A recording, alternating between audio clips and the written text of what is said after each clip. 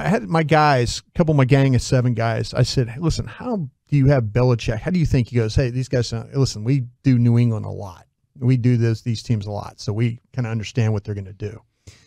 And he says the way that Belichick is going to view a game is, they say, he's going to look at the first quarter as if, what did we practice against? What did we do? What kind of preparations did we have? He's gonna feel you out in the first quarter, and he's gonna say, okay, we practiced against that. Man, we didn't see that. We didn't. Okay, we got that. He's gonna kind of gauge where you're at in that first quarter. And then in the second and third quarter, that's where all his adjustments are going to come in. So, once he kind of figures out, like, okay, we saw this in the first, or we didn't see this. Okay, so now in the second, I've got to figure something out. I'm going to have to figure something out probably at halftime. In the third quarter, I'm going to adjust it even more. Now, what my guys told me real quick, General, if I could, my guy said, listen, Kellen Moore has got to be ready to almost adjust series to series. Oh, wow. Sounds good to me. In this game. I believe my guy will. Yeah. And what my guys were saying about that was, I'll talk about what the third quarter is now. So you're adjusting in the second and the third quarter. Those are the adjustment periods. In the fourth quarter, that stands alone to Belichick. That's just like, okay, the game is in the balance here. Either we're going to win it or we're going to lose it. So that's no predetermined rules. It's whatever we feel like the situation calls for. Whatever the situation calls for, this is what we're going to have to do. Okay. Another guy told me this because I said this. I asked, I said, okay, what about if Belichick lets the fourth quarter stand alone? What do you have to be ready for? My guy said, listen, Belichick is going to save something for you in the fourth that you haven't seen all game. Gonna be too late by then, Bill. He's going to. Better be an 18-point play, Bill. He's going to give you a front, a coverage, or a blitz, and he's going to spring it when he needs it. Yeah, that's what he's going to do. So that's kind of when the things in the game's in the balance right there. That he's going to. I mean, you got a big third down. Yeah. You can't count on getting a sack. We got to get off the field. Yeah. Do you think, speaking of Kellen Moore versus Belichick, do you think 2019 helps him much? I mean, that was a rainy, weird, low-scoring game, but that is experience. It is. I'm glad he's got something under his belt at least. Yeah, that was the game. And talking to people afterwards up in New England about that game, Bill felt like there was 2 areas that he could win at.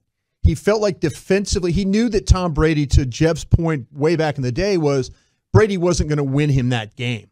That particular game, that wasn't going to be the way that Brady was not going to be able to win that game. It was going to come down to defensive stops, low scoring, and can we make a play on special teams? They sure did. They blocked a punt. Yeah. And it gave Brady short field.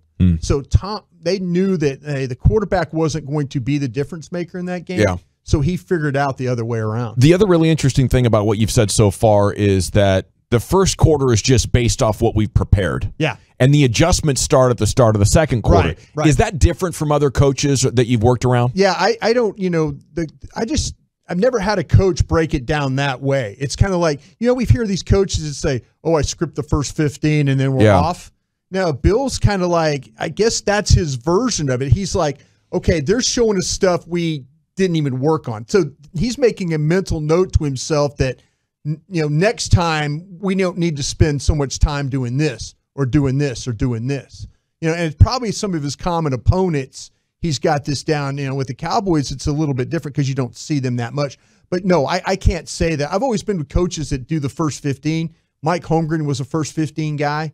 I always remember him. And once those 15 were done, it was off, and now we're playing the game. So, were there any coaches that after the first 15, it's like you scripted the plays, and those 15 ran out, and they just went, I don't know. That's all I had. Nothing's working, guys. Well, that's run it back. That's all I had. Guys, started over at 1. I remember Mike Holmgren clicking over and telling Andy Reid, he's like, Andy, I got nothing today. Oh no, he did. He told Andy, goes, and then Mike would come back in it. But so I would be worried about the first 15 getting found by the other team. Sorry to interrupt there. No, that happened one time, and that's maybe a story time. But Bill Walsh was working with the 49ers as a consultant, and he threw away he was signing an autograph for a Packer fan, and he left his game plan on the right next to where he took the picture. The Packer fan picked up the game plan and brought it to us at Lambeau Field. No way. Holmgren gave it back to Bill. He had it. He had it.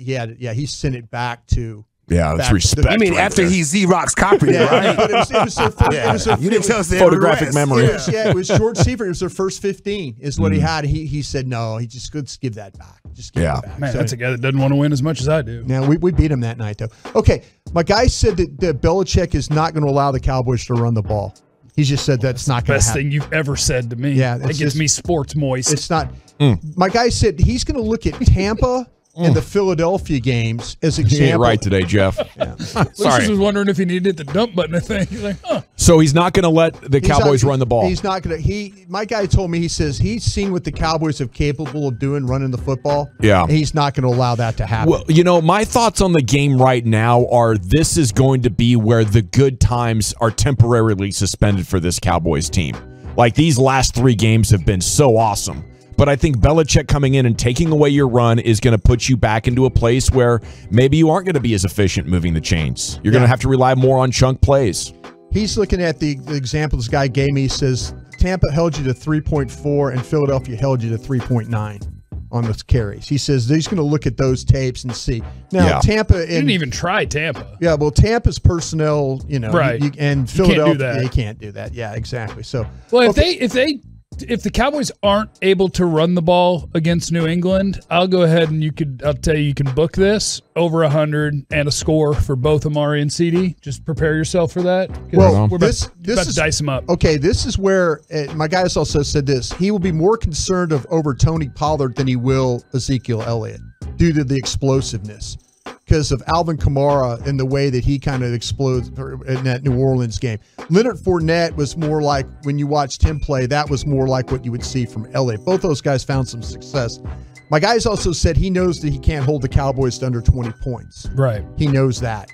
And he says, so what he'll do is he'll try and take away Prescott's best option when he has to pass. My guy told me Belichick calls this I got to have it guy. That's his, hey, we got to take away their got to have it guy. And so, surprisingly, my guys think this might be Dalton Schultz. And the reason they say that is because the last 2 games that what you've seen with Schultz is he's had 46 pass routes and 29 of those are compared to Jarwin. There was a 27-9 in favor of Schultz when it comes to, and you look at the targets, 28%, 36%, 25% the past 3 games. So he's kind of the guy that it's that got to have it guy for Prescott. Well, I think with Schultz, and correct me if I'm wrong, you've watched the film, you've talked to your gang and all that.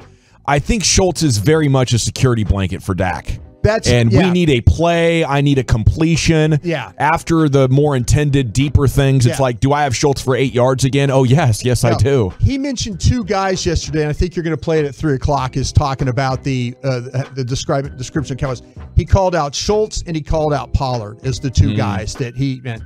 So, but what this but the Patriots, and this is a number that I was able to pull after I heard this, was that the Patriots have allowed a league low 44% catch rate and only 4.2 yards per target to opposing tight ends.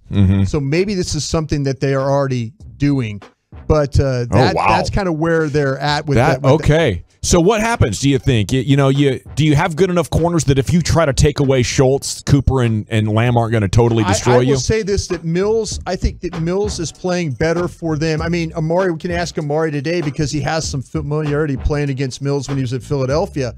I think he's playing better for the Patriots than he is playing for Philadelphia.